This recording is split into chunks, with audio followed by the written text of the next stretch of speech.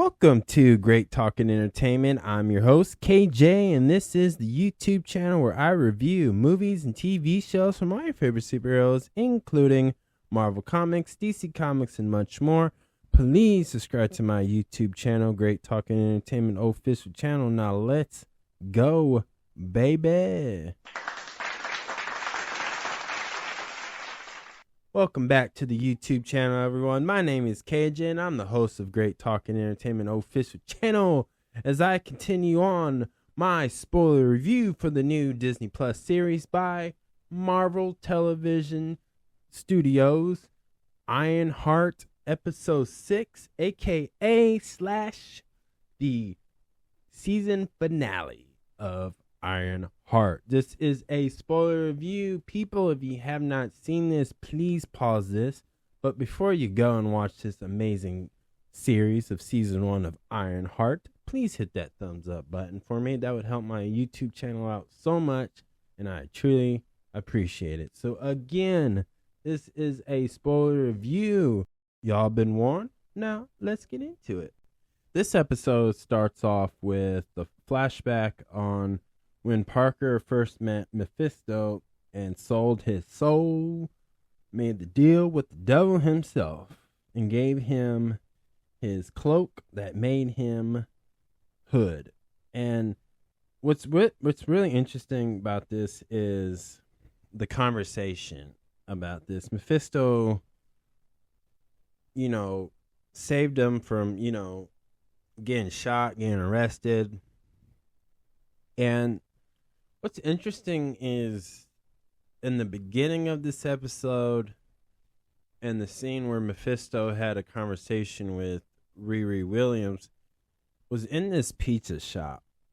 Now, I don't know if this is a special type of pizza shop and where's this pizza place at? Like, logically, you assume that this is in Chicago, because Chicago is all about pizza. But there's no location. I didn't see the name of this place or whatnot. And I thought at first this was the location that Hood is usually at with him and his crew. It was that pizza shop. But this seems like a different time era, a different era of time, right? And I rewatched it and I was like, I replayed it, I wind it back, and I was just trying to figure out what is this about this pizza place that Mephisto is so intrigued about this and stuff. And then I was thinking about why this Marvel character Mephisto is making this deal and how is he pulling the strings? What realm is he in the MCU? I was thinking of so much. So the conversation that he asked Parker was, what do you want? And he did this thing that most devilish characters do, is they try to get the person to say what they desire. What's the sinful desire that Parker wanted? What does the deal that he desires to have? Right? And Mephisto walks out and is like, you're wasting my time. I'm out of here. And he's like, wait. And he finally told him he wanted to be rich. He said, filthy rich, greasy rich. Right? And it wasn't making sense. He's a guy that wanted to make a lot of money, right? But he wasn't there yet. And Mephisto got enough of what he wants to get in Parker's head. And the person that was on Parker's mind was his father. So basically, he wants to be better than his dad, richer than his dad, in a sense, right? And I love this guy. The actor's name is Sacha Baron Cohen, and you know him from all the comedy movies that he's done. But to see him play a this serious character, but has a little comedy to him, but a little swagger, a little suave to him. I think he's done good, and I didn't recognize he doesn't look like himself, right? Because of the cosmetics and stuff. And there's a scene where I think he was drinking tea or coffee, but he had a spoon in there and he was stirring it up. And on in the reflection on the silver spoon, you seen Mephisto all red, and I thought the actor did really well portraying him very evil like, but very calm, but very manipulating. And I thought this guy just knocked this character out the park, and I hope to see him do so much more as Mephisto throughout the MCU. This guy, I think he's going to nail it. I think he's going to embody this character and make him so realistic, so believable that you cannot not be a fan of this character, Mephisto. And to see him in the Marvel Cinematic Universe, especially this particular actor, I think he's just gonna I think he's gonna be like what Tom Hiddleston is, what Robert Downey Jr. is to their characters, which is Iron Man and Loki, but he's gonna be on that same level. Like, yeah, this guy is Mephisto. This guy, nobody's gonna be better at playing Mephisto. Now, technically there's been two actors who played Mephisto in the Ghost Rider series. So, with Nicolas Cage's Ghost Rider. So, the character's been in the live action before, but this is his first time in the MCU. And to see him make this deal with Parker, it really shows like never make the deal with the devil type thing. And he promised, like, if you do this, I'll give you all the tools so you can go out there and do it. He told him, like, I'll give you this and you can go out and get your own money. You can be your own crime lord mob. But yet,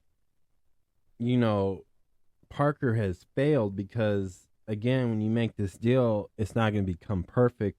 You're going to be left with nothing else but this. And so this was very interesting to see, like, the first time they meet. And I thought, man, this is crazy, because right now Parker's life is kind of crumbling while Riri's life is looking more better. But in this episode, we see Riri's looking for Parker, and this is where we're going to finally see them battle. But Ezekiel is ready to fight. And we know that when they get to the present times, we see Parker telling Ezekiel, like, bro, like, I'm going to make you do everything you didn't want to do. And this is his life. This is his mansion. But Ezekiel calls him a piece of shit because he's not on that level, and he'll be nothing. Like, he looks lost. And what Parker is, because he is a devilish deal. And so while Riri finds where he's at, right, we see this battle. But I thought it was funny that Riri had to kick Ezekiel in the balls to override that command so Parker can't control Ezekiel, which they succeeded. And it looks like they have an idea with Ezekiel, and I think they're going to do some much bigger things, because Ezekiel is like, we're going to meet again next time, and we're not finished yet. But that was really interesting, because I'm like, okay, they got something big, but this is going to be some more. I feel like this scene just kind of teased the idea, basically, that there could be more stories that Ironheart, Riri Williams, could do that probably may come from Iron Man stories in the comic books. There's always that possibility of an idea like that. But also in this episode, we finally see, like, Riri and Parker go at it. And one of my favorite part through this battle Well, two of them. I have two favorite parts. The one is Parker's face. The CGI slash the VFX effects was really good. And it made him look like a monster or demon like. And I kind of hope they kind of do this. If they do this in Marvel Studios, in the MCU, I would love to see Norman Osborn with that type of design as the Green Goblin with that type of effects. I think it would be really good with that. And my second favorite thing that I liked was the AI holographic trick that she did to defeat Parker and take the cloak. I thought that was really clever. And Iron Man never used that. Well, he kind of did, but I believe it was Doctor Strange who did that in the Infinity War when they fought Thanos on that planet of Titans. But I'm pretty sure that was more Doctor Strange. But this was kind of like a reference or a homage to it. And I thought that was pretty cool. And I never seen that throughout the MCU like that. And again, I like that. That was my favorite thing. And she sacrificed the whole suit. I was like, man, they blew up the whole suit already. But, you know, it was one of those things. But she got the thing. And then we see how human Parker is without it. And I was like, damn, this is crazy. This is crazy. They're switching. Because I think the fact that she has that cloak, it makes her addicted to the power. Because later in this episode, she finally meets Mephisto. Now, let's talk about this. Now, look how Mephisto talked to Parker, and look how Mephisto talks to Riri. Now, it's the same type of conversation. It's in the same pizza place. So I'm wondering, why is this pizza shop so important? Right? This is where I believe that maybe this is Mephisto. If he's the fallen angel of the MCU, right? Then this is where he must have fell at, was in this pizza shop.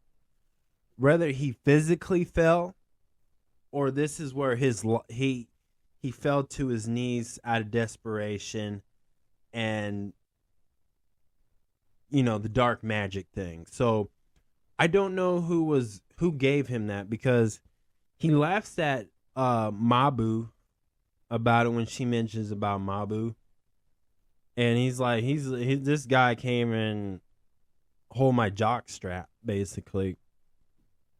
And he talks about that he's a different type of guy. And then he's like, oh, I've been called many things, but you call me Mephisto. And they made this deal where he's like, look, I can bring back the dead. And we know that dark magic does, because what's interesting is he brought back Natalie alive. Now, the question is this the actual Natalie that died and he brought back to life? Or did he make AI Natalie a real person? Is the question. And because she's freaking out, but she's happy. But to me, what that means, that if you remember the Wanda and Vision series, and then Doctor Strange Multiverse of Madness, Wanda was looking for her children, and she believed her children are real, even though she created it. She created this world in New Jersey, right? Or outside of New Jersey, right? And we know that Agatha knows that Wanda is the Scarlet Witch. And we know in Agatha series that these witches mess with dark magic, right? And we know that she tried. she knows she has one of the books of dark magic, but we know in comic books she makes a deal with Mephisto, right? But would they go this route? But this does prove that if this is the AI Natalie, and all Mephisto did was make AI Natalie real, like the story of Pinocchio. Pinocchio becomes a real boy. Does she become a real girl? So that means if this is the actual AI Natalie that has become an actual human, then that means that even though Wanda created the her two sons, that means that Mephisto could literally make her kids actually real. Now, let's talk about it. Now, if that's the case, right? I think the idea, this is just an idea of it. Because I'm trying to figure out, where does Wanda go? We haven't seen Wanda since Multiverse of Madness, and she didn't show up in Agatha all along. So we have nowhere where she's at, if she's even in this universe. Now, I feel like, again, with Mephisto, I think he's going to be really tied into that multiverse story. And is he the only Mephisto in all universe, right? Or is he like Kang the Conqueror, where there's variants of Kangs? Is there variants of Mephistos in each universe that's within the Marvel Cinematic Universe? Possibility. There's a lot of Kang the Conquerors. We know there's at least 3 different Doctor Strange variants. We definitely know there's 3 Spider-Man variants. And we know that in the multiverse, there's different Wolverines and Deadpools, variants of Deadpools and Wolverines. So we know that. But what I'm thinking is, with this information, if this is the AI Natalie, then this proves that with dark magic within the Marvel Cinematic Universe, that you can make something that's not real actually real. That's the point. You can make something into nothing, right? If it's all made up, you can make it real. And that's what they're trying. I think that's what Marvel's trying to tell us as an audience when it comes to this. But hold on. Because she made that deal and she's actually human. But let me add this to it. But if this is the Natalie that actually passed away in the IronHeart series, then that means that with dark magic, you can bring back certain MCU characters. Now, the easiest ones to bring up is Tony Stark, Iron Man. The idea of bringing him back alive, I don't think they would do. I think that Marvel Studios doesn't want to do it. I think they've been attempted to do it, but I don't think they would. But what character has passed away that they could bring back that makes sense? Like, I don't think it would be Black Widow, Natasha Romanoff. I don't think it would be her. I don't think they would do Captain America. But the only one I think, and there's these 2 villain characters. It's either Ultron, which I guess you kind of don't need to bring him back, But that means you would have to bring back the Infinity Stones. That's one thing I can think of what they're trying to say. If Mephisto can bring back the Infinity Stones, that means he can bring back Ultron, he can bring back Thanos, but I don't know if they would go that route. But again, we do have Avengers Secret Wars in the works as well. Not just Avengers Doomsday, we have Avengers Secret Wars. So that's a possibility of what they're trying to say, but we don't know yet of which version of Natalie that is. But if I had to bet, I think because all she wanted was to get the AI version of Natalie back. I don't think Riri was intentionally wanting the actual Natalie back like that. I think this is the AI. So I think that this is going to prove the idea that Wanda can bring her kids back and make them actually real. But they're not going to be AI, and we know in Agatha all along they are doing the reincarnation story, but which that really connects to dark magic within the MCU. Because even after that, right, in the post-credit scene of this, Zelma gets a visit from Parker and wants help from some magic to use some magic, right? And this is kind of bringing up the idea of,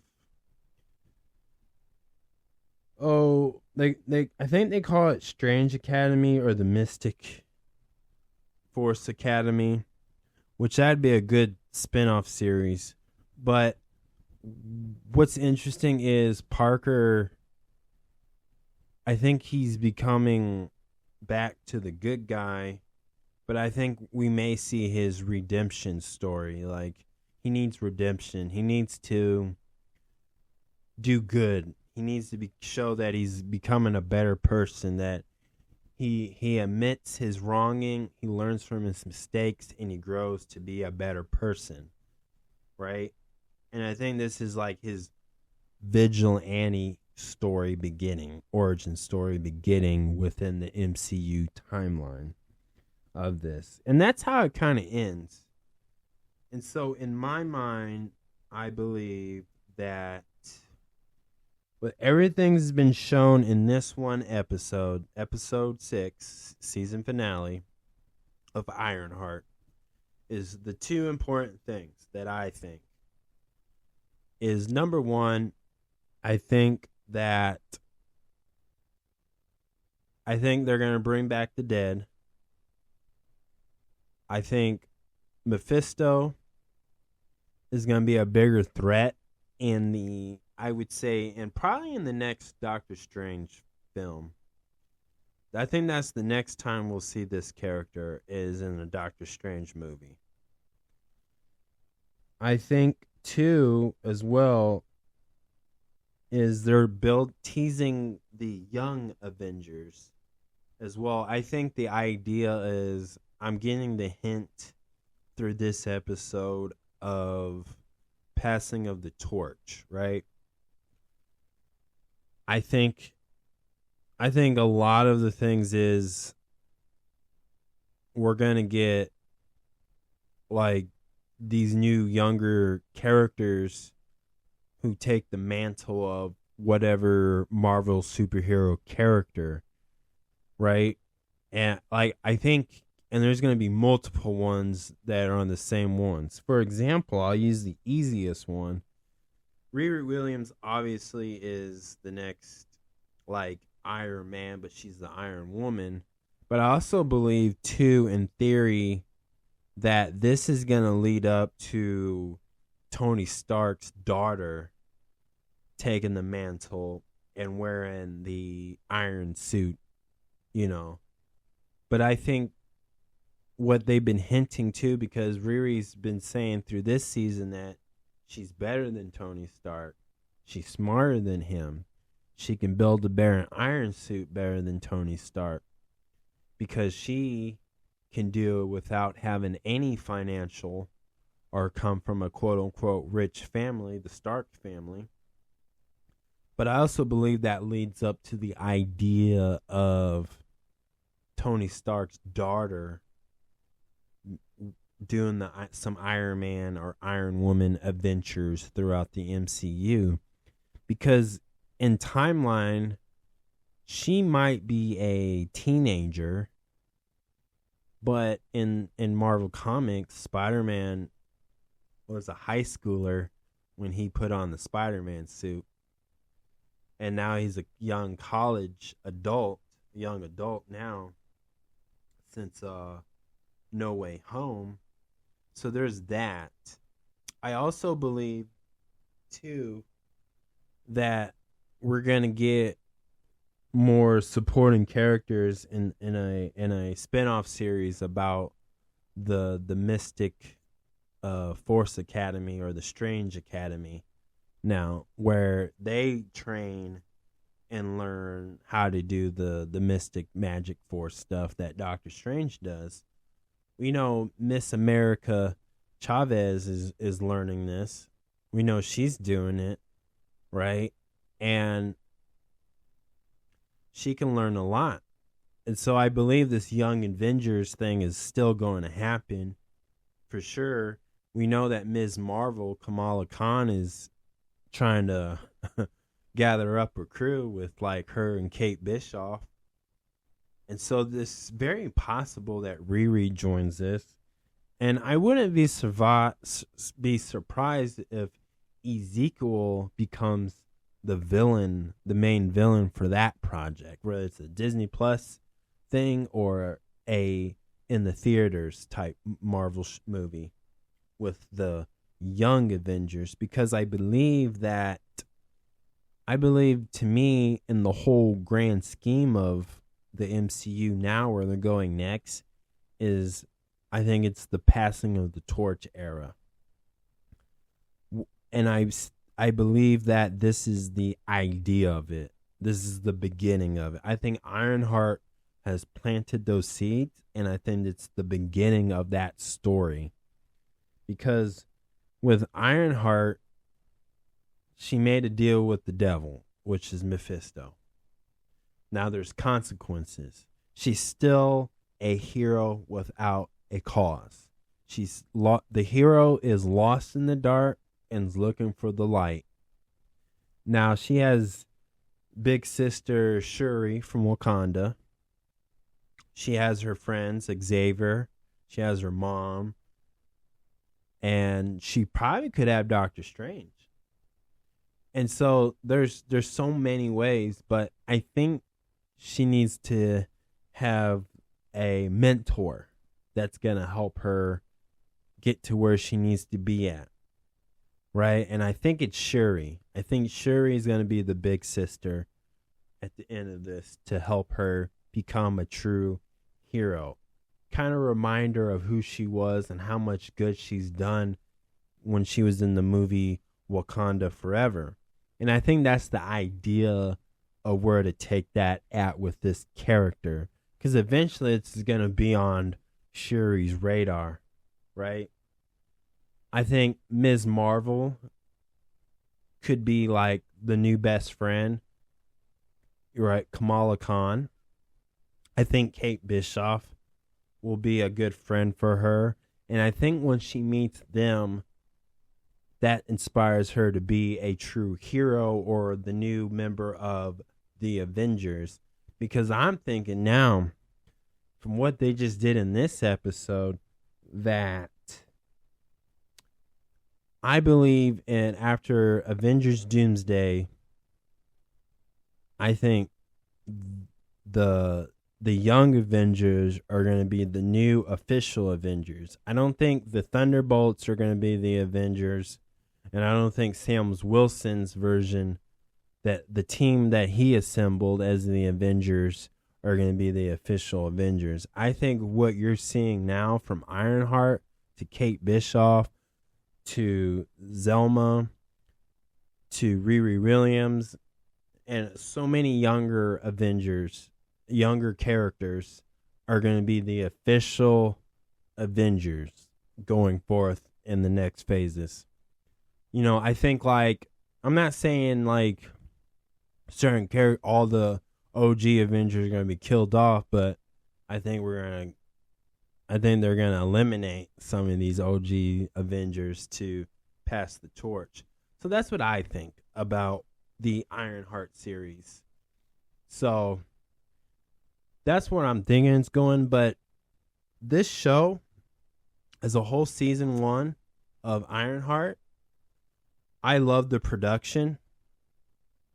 I love the storyline to this. The whole plot was so good. It was simple.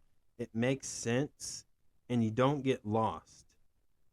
I also like the idea of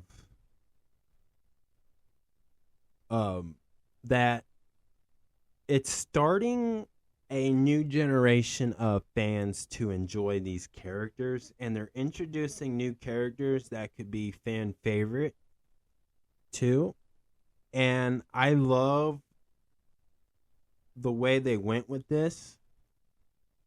And I love that it felt so much like Chicago.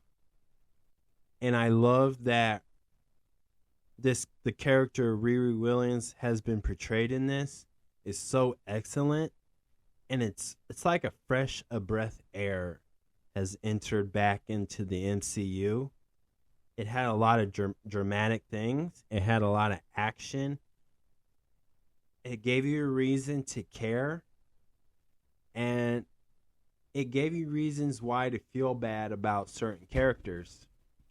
And I think that's the most important thing about season 1 Ironheart. Out of 6 episodes, this was a masterpiece.